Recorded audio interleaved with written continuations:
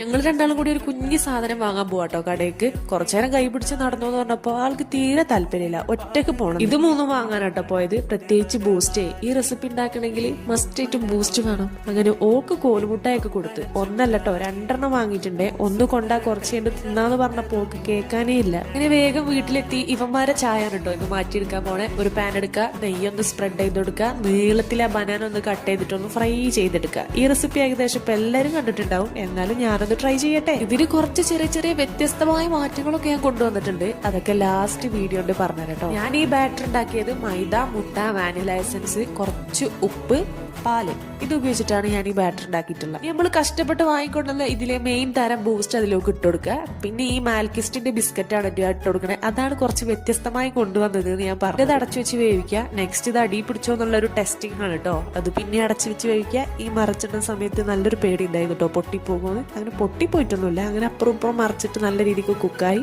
Role ചെയ്യുക, cut ചെയ്യുക, കഴിക്കുക. ഇതിൽ ബിസ്ക്കറ്റ് ഒക്കെ ഓപ്ഷണൽ ആണ്, വേണമെന്നുണ്ടെങ്കിൽ മാത്രം ചേർത്താൽ മതി. എന്റെ കയ്യിൽ കിട്ടിയപ്പോൾ ഞാൻ ചേർത്തുന്നേ ഉള്ളൂ. അപ്പൊ നിങ്ങൾക്ക് ഒരു സംശയം ഉണ്ടാവും, ബാക്കി വന്ന ഒരു ബനാന എന്താ കാട്ടിയെന്ന്. നമ്മളെ മലയാളികളെ മെയിൻ ഫുഡ് പഴംപൊരി. നല്ല പഴുത്ത പഴം ഉണ്ടെങ്കിൽ എല്ലാവരുടെ വീട്ടിലും വേഗം ഉണ്ടാക്കാൻ പറ്റുന്ന എന്താ പഴംപൊരി തന്നെ. അങ്ങനെ അത് ഞാൻ റോൾ ചെയ്ത് കട്ട് ചെയ്തിട്ടുള്ള വീഡിയോ ഞാൻ കാണിച്ചു കേട്ടോ. സംഭവം അടിപൊളിയാണ്, എല്ലാവരും ഒന്ന് ട്രൈ ചെയ്ത് നോക്കണം. ഈ ട്രൈ ചെയ്ത ആൾക്കാർ എങ്ങനെയുണ്ട് എന്നുള്ളതൊന്ന് കമന്റ് ചെയ്യുക. അപ്പൊ ഇത്രയേ ഉള്ളൂ കേട്ടോ വീഡിയോ. ഇഷ്ടപ്പെടുകയാണെങ്കിൽ ചാനൽ ഒന്ന് മറക്കാതെ സബ്സ്ക്രൈബ് ചെയ്യുക, കൂടെ ലൈക്കും ചെയ്യുക. നെക്സ്റ്റ് വീഡിയോയുമായി കാണാം.